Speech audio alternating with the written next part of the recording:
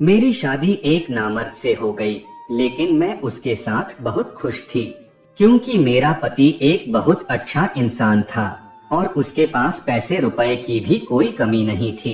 एक दिन मुझे चक्कर आया तो मेरा पति मुझे डॉक्टर के पास लेकर गया। चेकअप के बाद पता चला कि मैं प्रेग्नेंट हूँ। पहले प्रेगनेंसी की खबर सुनकर मेरे पति ने जो मेरे साथ किया, वो सुनकर तो आपके रोंगटे खड़े हो जाएंगे। मेरा पति नामर्द था, लेकिन शादी के 2 महीने बाद ही मैं पेट से हो गई और यही बात मेरी जिंदगी के लिए सबसे बड़ी सजा बन गई। और जब मुझे पता चला कि ये बच्चा किसका है, तो मेरे सर पर आसमान गिर पड़ा। कभी कभी सब कुछ इंसान की सोच के परे होता है और मेरे साथ भी कुछ ऐसा ही हुआ। मेरा नाम सुधा है। मेरी उम्र लगभग 35 से 26 साल हो चुकी थी, पर अभी तक मेरी शादी नहीं हुई थी, क्योंकि मेरे माँ बाप बचपन में ही गुजर चुके थे और मेरे ऊपर मेरी 2 छोटी बहनों की जिम्मेदारी थी। छोटी मोटी नौकरी करके अपना और अपनी बहनों का पेट पाल रही थी। कुछ दिन बाद मैंने अपनी दोनों बहनों की शादी करवा दी। अपनी दोनों बहनों की शादी के बाद अब मैं अपने घर में अकेले रह गई थी। माँ बाप का साया तो बहुत पहले ही छूट गया था और अब तो मेरी बहनें भी पराई हो चुकी थीं। अकेलेपन की वजह से अब मुझे भी किसी के साथ की जरूरत थी। मुझे अपनी जिंदगी में ऐसे साथी की जरूरत महसूस होती, जो मेरी तन्हाई को दूर कर मेरी जिंदगी को खुशियों से भर दे। पर मेरे घर में कोई था ही नहीं और मेरी उम्र ज्यादा होने की वजह से मेरे लिए कोई रिश्ते भी नहीं आते। मेरे दिन कुछ यूं ही गुजर रहे थे कि एक दिन हुआ कुछ यूं कि एक दिन मैं बाजार गई थी, तो वहाँ पर मेरी बहुत पुरानी सहेली मिल गई। हम दोनों एक दूसरे से बहुत दिन बाद मिले थे। उसकी शादी हो चुकी थी और उसके बच्चे भी हो गए थे। उसने अचानक मेरी शादी के बारे में पूछा तो मैंने उसे सब कुछ बता दिया। बातों ही बातों में उसने मुझे बताया कि उसका एक भाई है, जिसकी उम्र लगभग 40 साल के करीब हो गई है। उनकी शादी हुई थी, पर उनकी पत्नी इसलिए उन्हें छोड़कर चली गई, क्योंकि उसका भाई अपनी पत्नी को औलाद की खुशी नहीं दे सकता था। मेरी सहेली के घर में पैसे रुपए की कोई कमी नहीं थी, बस एक कमी थी तो उसके भाई में कि वो औलाद पैदा नहीं कर सकता। अभी वो मुझसे यही सब बातें कर रही थी कि मेरे मुंह से अचानक निकल गया कि तुम अपने भाई की शादी उससे करवा दो और मैं तुमसे वादा करती हूँ कि कभी भी मैं तुम्हारे भाई को छोड़कर नहीं जाऊंगी और ना ही उन्हें किसी बात के ताने दूंगी। मेरी बातें सुनकर मेरी दोस्त हैरान हो गई। उसने कहा, इतनी बड़ी सच्चाई जानते हुए भी कि मेरा भाई कभी बाप नहीं बन सकता, तब भी तुम मुझसे शादी करने को तैयार हो। मैंने उससे कहा कि इस तरह अकेले जीने से तो अच्छा है कि मैं तुम्हारे भाई का सहारा बन जाऊं और वो मेरा सहारा। आखिर मैं कब तक अकेली रहूंगी? मेरा हाल तो ऐसा है कि अगर मैं मर जाऊं तो किसी को कानों कान तक खबर नहीं होगी। मेरी सहेली मेरा ये फैसला सुनकर तो बहुत खुश हुई, क्योंकि उसके घर में भी किसी औरत की जरूरत थी। उसकी माँ बहुत पहले ही गुजर चुकी थी और उसका भाई अपने बूढ़े बाप के साथ रहता। उसने कहा, ठीक है, मैं ये बात अपने भाई से पूछकर बताऊंगी। वैसे तुम इस शादी को पक्का ही समझो, क्योंकि मेरे भैया को तुम्हारे ही जैसे किसी साथी की जरूरत है। इससे 2 दिन गुजरने के बाद मेरी सहेली मेरे घर आई और वो बहुत खुश थी। उसने कहा, भैया शादी के लिए तैयार हैं, पर उनकी एक स्वार्थ है। मैंने घबराकर पूछा, क्या स्वार्थ है? उसने कहा, बस यही कि उसका भाई ये चाहता है कि दुनिया को उसके नामर्द होने की बात कभी पता न चले। मैंने कहा, बस इतनी सी बात, तुम और तुम्हारे भाई इस बात के लिए बेफिक्र रहो। मैं भला क्यों दुनिया को बताने जाऊंगी कि मेरा पति नामर्द है। अगले कुछ दिनों में मेरी और सुधीर की शादी बड़ी धूमधाम से हुई। लोग तो ये देखकर हैरान थे कि एक अकेली लड़की का कैसे इतना अच्छा रिश्ता मिल गया। मैंने ये बात अपनी बहनों को भी नहीं बताई थी कि मेरा पति नामर्द है। मेरे पति का ये राज मेरे सीने में दफन होकर रह गया था। मैं दुल्हन बनकर सुधीर के घर गई तो ये देखकर हैरान थी कि सुधीर का घर तो एक आलीशान बंगला था। मैं अपनी सादगी से बहुत खुश थी क्योंकि मैं तो सपने में भी नहीं सोची थी कि इतने अच्छे घर में मेरी शादी होगी। मेरा कमरा बहुत अच्छे से सजाया गया था। सुहाग की सेज पर बैठी हुई मैं अपने पति सुधीर का इंतजार कर रही थी, पर सुधीर जब कमरे में आए तो उनके अंदर एक झिझक थी। शायद अपने अंदर की उस कमी को लेकर परेशान थे। मैं एक मैच्योर औरत थी, इसलिए मैंने ही पहल की और उनका हाथ पकड़कर उन्हें यकीन दिलाया कि ये बात कभी भी हमारे कमरे से बाहर नहीं जाएगी और ना ही मैं आपको इस बात के लिए कभी कुछ कहूंगी। मेरे इतना कुछ कहने और समझाने के बाद सुधीर का चेहरा खिल उठा। उन्होंने मेरा हाथ चूमते हुए मेरे हाथों में तोहफे के रूप में अंगूठी पहनाई और कहने लगे कि तुम्हें देखकर लगता है कि अब मेरी जिंदगी में मुझे सब कुछ मिल गया। मुझे भी कुछ ऐसा ही लग रहा था कि मैं अपनी जिंदगी में अब बहुत खुश हूँ, मगर मुझे क्या पता था कि आने वाला वक्त मेरे लिए मेरी जिंदगी का आजमाइश साबित होगा। मैं और सुधीर अपनी जिंदगी में बहुत खुश थे। सुधीर ने मुझे इतना प्यार दिया कि मैं उनके साथ बहुत खुश थी। सुधीर ने मुझे अपनी पहली पत्नी के बारे में सब कुछ बताया। उन्होंने बताया कि जब काफी दिनों तक उन्हें बच्चा पैदा नहीं हुआ तो डॉक्टर को दिखाया गया, तो डॉक्टर ने सुधीर में ही बहुत सी कमियां बताई। और जब ये बात सुधीर की पहली पत्नी को पता चली कि वो कभी बाप नहीं बन सकते, तो वो इन्हें छोड़कर चली गई। सुधीर ने बताया कि दूसरी शादी के बारे में उन्होंने इसलिए नहीं सोचा कि दूसरी पत्नी भी अगर मुझे छोड़कर चली जाएगी तो मुझे ये सदमा बर्दाश्त नहीं होगा। लेकिन मैंने सब कुछ जानते हुए इनसे शादी की ख्वाहिश का इजहार किया था, इसलिए इन्होंने मुझसे शादी कर ली। मेरे दिल में भी बच्चे की तमन्ना थी, पर मुझे ये बात बहुत अच्छी तरीके से पता थी कि मेरा पति मुझे औलाद नहीं दे सकता, इसलिए मैंने औलाद की ख्वाहिश को अंदर ही मार दिया था और सुधीर को यकीन दिलाया कि मैं आपसे कभी बच्चे की ख्वाहिश नहीं रखूंगी। हर गुजरते दिन के साथ मैं सुधीर के घर में अपनी जगह बनाती जा रही थी। मैं सुधीर और उनके पिता की खूब सेवा करती। शाम के वक्त हम सब एक साथ बैठकर चाय पीते। सुधीर को ऑफिस से आने में लेट हो जाता, इसलिए मुझे बोरियत महसूस होती, तो मैं अपने ससुर जी से बातें करती। उनका भी दिल बह जाता और मेरा भी वक्त गुजर जाता। मेरी शादी को 2 से 3 महीने गुजर चुके थे, पर कुछ दिनों से मुझे महसूस हो रहा था कि मेरी तबीयत कुछ ठीक नहीं है।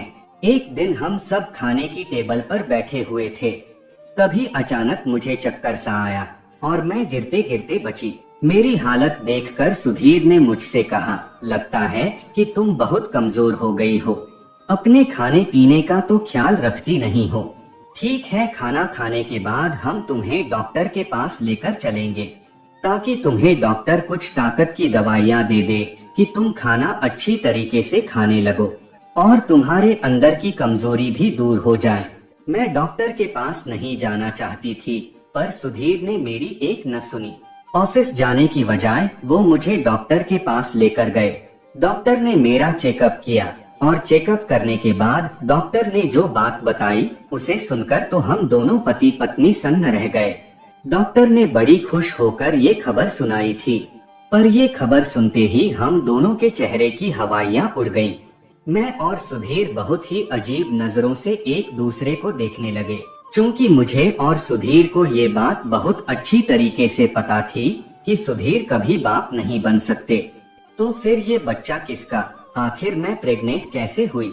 डॉक्टर की हाथ से सुधीर ने रिपोर्ट ली और बिना कुछ कहे बाजू से मुझे पकड़कर गाड़ी तक ले आए और इतनी तेज रफ्तार में गाड़ी चलाए कि मेरी चीख निकल गई।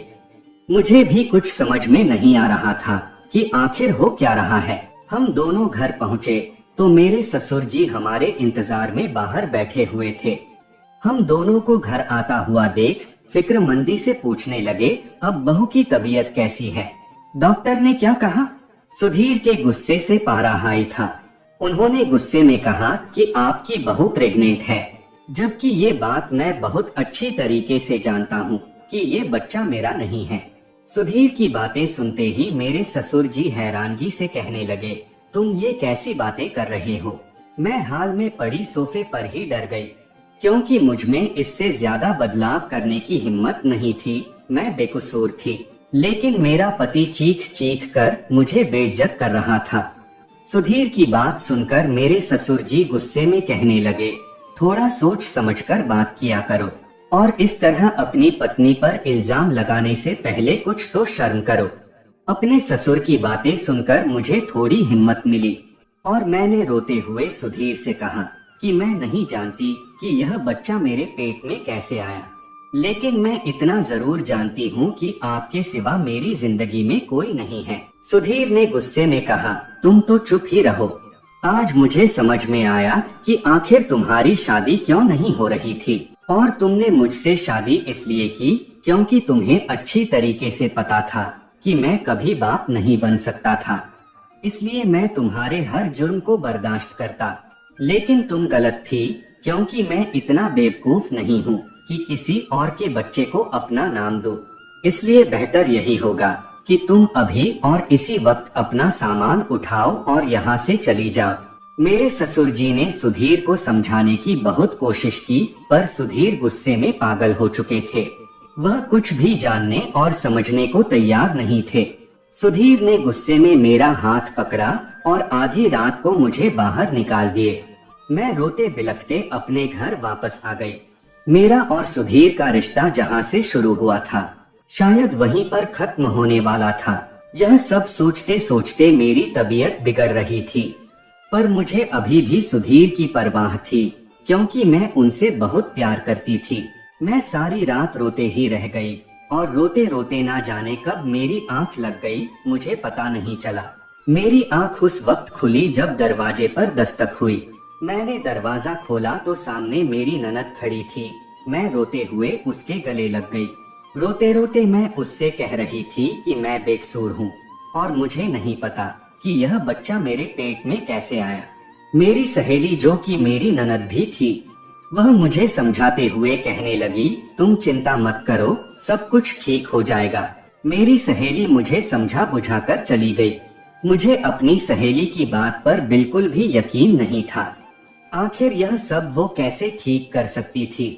बहुत सोचने विचारने के बाद मेरे दिमाग में यह बात आई कि कहीं मेरे ससुर ने तो मेरे साथ कुछ गलत नहीं किया, क्योंकि शादी के बाद मेरी जिंदगी में सुधीर के अलावा अगर कोई मर्द था तो वो मेरे ससुर जी ही थे। पूरे दिन रात वही मेरे साथ रहते। सुधीर तो ऑफिस से घर आने में कभी कभी रात के 12 बजा देते थे। रात का खाना खाने के बाद मैं अपने कमरे में जाकर सो जाती थी तो मेरे ससुर जी कहीं मेरे साथ। यह सब सोचते ही मेरे रोंगटे खड़े हो जाते। उनका मेरे ऊपर प्यार जताना और हद से ज्यादा ख्याल रखना आज मुझे खटक रहा था। इसी सोच विचार के साथ किसी तरह मैंने एक हफ्ता गुजार दिया और हर गुजरते दिन मैं भगवान से बस यही दुआ करती कि हे भगवान, मुझे बेकसूर साबित कर दो और मैं अपने पति के साथ दोबारा अपनी जिंदगी शुरू कर सकूं। मेरी दोनों बहनें अपनी जिंदगी में ऐसे मग्न थी कि उन्हें मेरी जरा भी परवाह नहीं थी, जबकि मैंने उन्हें माँ बाप की तरह पाला था। एक हफ्ते के बाद मेरी ननद मेरे पति सुधीर के साथ मुझे लेने के लिए मेरे घर आई। सुधीर को दरवाजे पर देखकर मैं हैरान रह गई। मुझे कुछ समझ में नहीं आ रहा था कि आखिर सुधीर मुझे लेने कैसे आ गए, लेकिन मेरे लिए तो बस इतना ही काफी था कि मुझे दोबारा सुधीर की जिंदगी में शामिल होने का मौका मिल रहा है। मैं बिना कुछ पूछे उन दोनों के साथ गाड़ी में जाकर बैठ गई, पर घर पहुंची तो मैंने देखा घर को बहुत अच्छी तरीके से सजाया गया था और मेरे ससुर जी ने बहुत खुशी मन से मेरा स्वागत किया। यह सब देखकर मैं हैरान थी कि आखिर यह सब हो क्या रहा है। मेरी सहेली ने बड़े प्यार से मुझे गले लगाया और मुझसे कहने लगी, तुम्हारा बहुत बहुत शुक्रिया कि तुमने मुझे बुआ बनने का मौका दिया। मैंने हैरत से एक नजर सुधीर पर डाली तो सुधीर सिर झुकाए शर्मिंदगी से खड़े थे। मेरी सहेली यानी कि मेरी ननद सारा सच मुझे बताने लगी। उसने बताया कि पापा को तुम्हारे ऊपर विश्वास था कि तुम एक अच्छी लड़की हो, तुम कभी भी कोई गलत काम नहीं कर सकती। यह सब जानने समझने के बाद भैया फिर दोबारा उसी लेडी डॉक्टर के पास गए जिसने पहले कभी उन्हें बताया था कि वह कभी बाप नहीं बन सकते।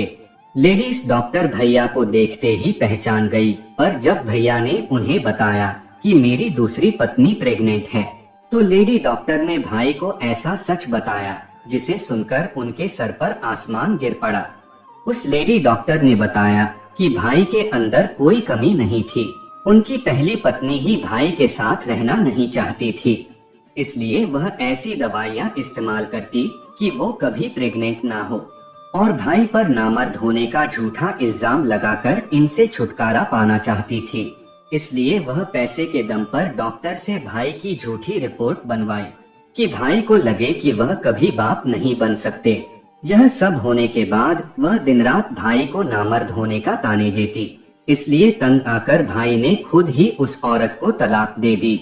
मेरी सहेली ने यह सब मुझे बताकर फिर से सुधीर की जिंदगी में मुझे आने का मौका दे दिया था। नहीं तो मैं इसी सोच के साथ घुट कर जी रही थी कि आखिर यह बच्चा किसका है। मैं तो अपने ससुर पर ही शक करने लगी थी। सुधीर मुझसे अपने किए की माफी मांगने लगे, लेकिन मुझे उनसे कोई शिकायत नहीं था, क्योंकि उनकी जगह कोई भी होता तो शायद ऐसा नहीं करता। मेरे घर आने की खुशी में मैंने और सुधीर ने मिलकर केक काटा था, और मेरे ससुर और मेरी सहेली ने हमारे अपने होने का फर्ज निभाया था।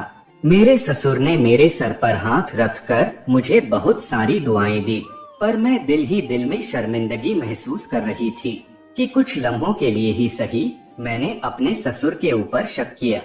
हमारे रिश्ते कितने नाजुक होते हैं, जिन्हें बहुत प्यार से संभाल कर रखना पड़ता है। कभी कभी इंसान की मामूली से गलती से हमारे रिश्ते शीशे की तरह टूटकर बिखर जाते हैं।